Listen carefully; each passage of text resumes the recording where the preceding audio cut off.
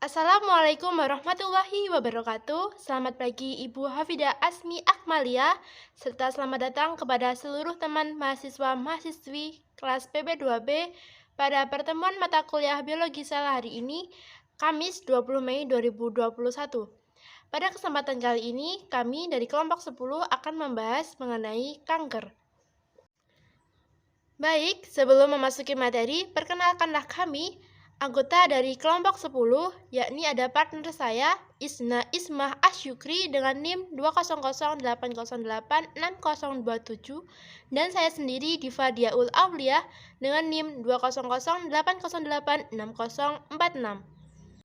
Dan sebelum memasuki pembahasan dari presentasi kali ini, saya akan menyampaikan poin-poin pembahasan dari materi yang akan kami sampaikan, yakni diantaranya seperti pengertian kanker, ada sifat-sifat kanker, jenis-jenis kanker, tahap-tahap kanker, gejala kanker, faktor penyebab kanker, siklus sel kanker yang nanti akan berhubungan dengan onkogenes dan mutasi, kemudian terdapat pula pencegahan dan pengobatan kanker.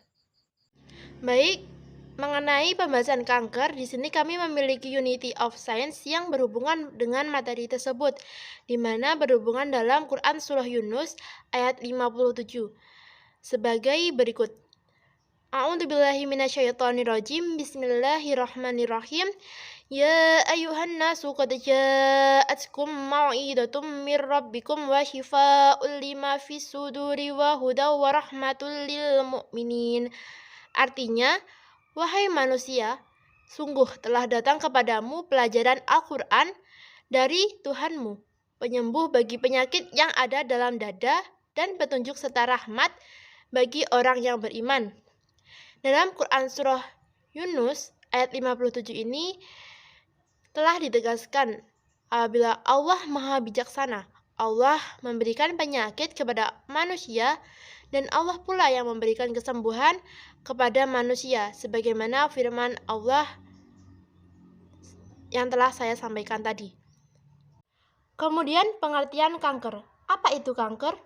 Kanker adalah penyakit tidak menular yang ditandai dengan pertumbuhan tidak normal atau terus-menerus dan tidak terkendali, yang dapat merusak jaringan sekitarnya serta dapat menular ke tempat yang jauh dari asal dari pertumbuhan sel kanker tersebut.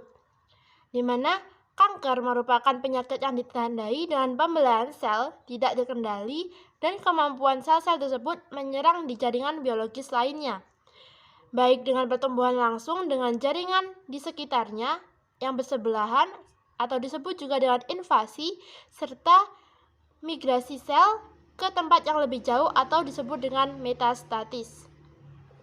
Next, ada sifat-sifat kanker. Yang pertama yaitu pertumbuhan yang berlebihan dan umumnya berbentuk tumor. Jadi teman-teman, kanker dan tumor adalah dua hal yang berbeda namun saling berhubungan. Jadi, tumor umumnya terdiri dari dua jenis yang solid, yaitu yang pertama bersifat ganas atau yang disebut dengan kanker, dan yang kedua ada bersifat jinak atau yang disebut dengan non-kanker, atau yang inilah yang disebut dengan tumor. Oke, baik, lanjut kita pada sifat kanker yang kedua, yaitu gangguan diferensiasi dari sel dan jaringan sehingga mirip dengan jaringan mudigah. Jaringan mudigah yaitu jaringan kematian calon janin dalam kandungan.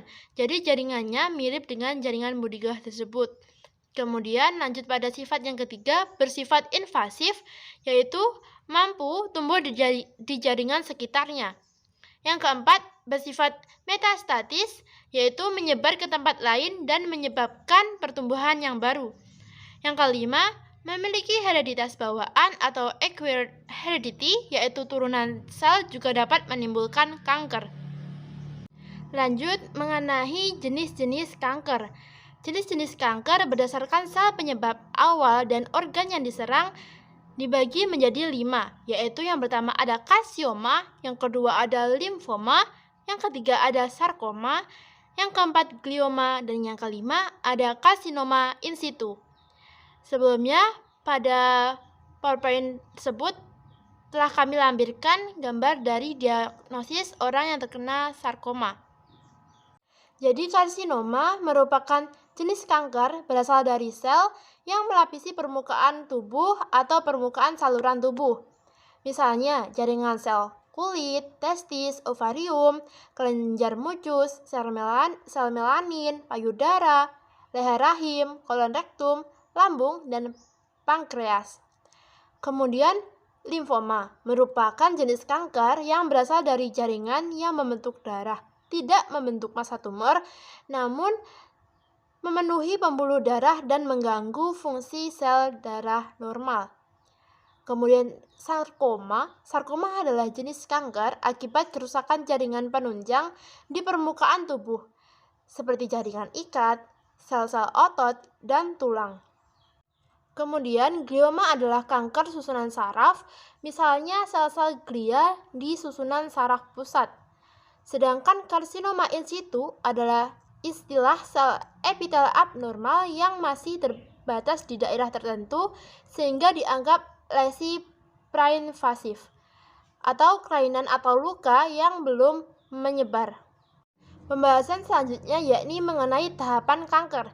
Tahapan kanker terdiri dari 4 tahap. Yang pertama ada stadium ke-1, stadium kedua, stadium ketiga, dan ada stadium yang keempat. Tahap kanker awal atau yang disebut dengan stadium yang ke-1 ialah kanker yang masih masuk dalam lapisan sekitarnya. Kemudian masuk dalam stadium yang kedua yaitu kanker yang telah masuk dalam jaringan terdekat namun belum masuk dalam getah bening. Masuk pada tahap lanjut atau stadium lanjut yaitu tahap kanker pada stadium ketiga yaitu kanker yang telah masuk dalam kelenjar getah bening terdekat namun belum masuk dalam organ tubuh yang letaknya lebih jauh. Kemudian tahap akhir atau disebut dengan stadium akhir yaitu stadium keempat yaitu kanker yang telah masuk menyebar ke tubuh atau jaringan lain yang letaknya telah berjauhan, jadi telah menyebar dalam tubuh penderita kanker tersebut. Kemudian di sini ada ilustrasi dari tahap-tahap kanker. Namun pada tahap ini terdapat perbedaan versi. Pada versi ini ada tahap stadium 0. Stadium 0 yaitu tahap sel kanker yang masih baru tumbuh dan belum menyebar pada jaringan maupun organ di sekitarnya. Namun pada stadium 1, 2, 3, dan 4 sama seperti yang telah saya bahas dan saya sampaikan sebelumnya tadi. Baik, untuk pembahasan selanjutnya akan dilanjutkan oleh partner saya, Isna Isma Asyukri. Waktu sepenuhnya saya persilahkan. Saya akan melanjutkan materi yang telah dijelaskan oleh teman saya yaitu Diva. Kemudian yaitu ada gejala pada kanker, yaitu penurunan berat badan tidak sengaja dan terlihat signifikan. Yang kedua, pertumbuhan rambut tidak normal. Yang ketiga yaitu nyeri akibat kanker sudah menyebar. Pada umumnya gejala kanker memiliki gejala yang berbeda-beda tergantung pada jenis kankernya, yaitu pada kanker mulut memberikan gambaran bercak putih di dalam mulut atau bintik putih di lidah. Nah, untuk pada kanker payudara yaitu terdapat benjolan pada permukaan kulit, dan pada tumor otak cenderung memiliki penampilan gejala awal penyakit karena mereka mempengaruhi fungsi kognitif penting. Sedangkan pada kanker pankreas biasanya terlalu kecil untuk menyebabkan gejala sehingga rasa sakit terjadi akibat dorongan terhadap saraf terdekat. Kemudian saya akan membahas tentang faktor penyebab penyakit kanker, yaitu ada 2, faktor internal dan faktor eksternal. Nah, untuk faktor internal diantaranya yaitu faktor keturunan, baik dari pihak orang tua secara langsung maupun nenek moyang, dan daya tahan tubuh yang buruk. Kemudian yaitu ada faktor eksternal, yaitu faktor lingkungan yang merupakan risiko pemicu kanker atau karsinogen. Yang pertama yaitu ada karsinogen kimia seperti nikotin dan tar pada rokok, zat aditif atau pengawet pewarna makanan, diet lemak jenuh pada makanan, alkohol, nitrosamin, merkuri, asbes, dan batu bara. Yang kedua yaitu ada karsinogen fisika seperti sinar X, sinar ultraviolet, dan radiasi dari bom atom. Yang ketiga yaitu ada karsinogen biologi seperti infeksi virus atau papiloma dan herpes yang merupakan salah satu faktor pemicu kanker leher rahim. Dan jamur, misalnya jamur Aspergillus flavus yang merupakan salah satu penyebab kanker hati. Selanjutnya yaitu ada hubungan siklus sel dan kanker. Kanker ditandai dengan adanya pertumbuhan dan pembelahan sel yang tidak terkontrol. Hal ini dikarenakan oleh adanya mutasi DNA sehingga terjadi perubahan ekspresi gen-gen atau meningkat maupun menurun yang berhubungan dengan kontrol siklus sel. Perubahan ini umumnya diakibatkan oleh bahan-bahan kimia atau benzina, nitrosamin, radiasi atau ultraviolet, infeksi virus, dan kelamin genetik. Nah, tahukah kalian apa itu mutasi? Mutasi ialah suatu perubahan yang terjadi pada bahan genetik yang menyebabkan perubahan ekspresinya. Mutasi gen-gen dihubungkan dengan kanker yang dapat dikelompokkan menjadi oncogenes atau RAS, FOS, MYC, dan tumor supresor gene P53, PRP, GAP. Oncogenes merupakan hasil mutasi proteogenes yang menginduksi pertumbuhan sel sehingga sel berproliferasi terus-menerus. Sementara itu, tumor supresor gene adalah gen yang normal terdapat dalam sel dan berperan menghambat pertumbuhan sel. Mutasi gen ini mengakibatkan hambatan terhadap pertumbuhan sel menghilang. Banyak dari gen-gen ini yang normalnya terlibat dalam regulasi, pembelahan, dan diferensiasi sel. Kemudian yaitu ada pencegahan kanker.